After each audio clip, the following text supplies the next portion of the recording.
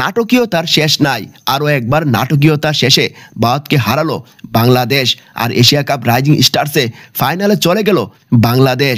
দর্শক, আজ ছিল ভারত বাংলাদেশের সেমিফাইনাল। প্রথমে টসে হেরে ব্যাটিংয়ে আসে বাংলাদেশ।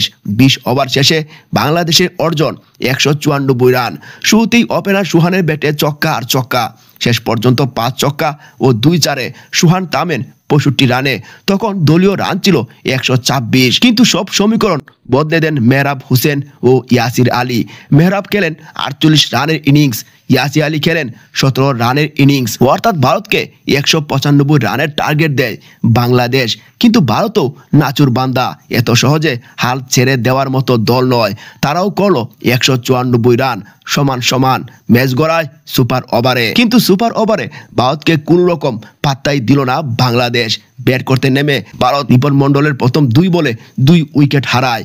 অর্থাৎ সুপার ওভারে ভারতের অর্জন 0 রান। বাংলাদেশ 1 রান করলেই জিতে যাবে।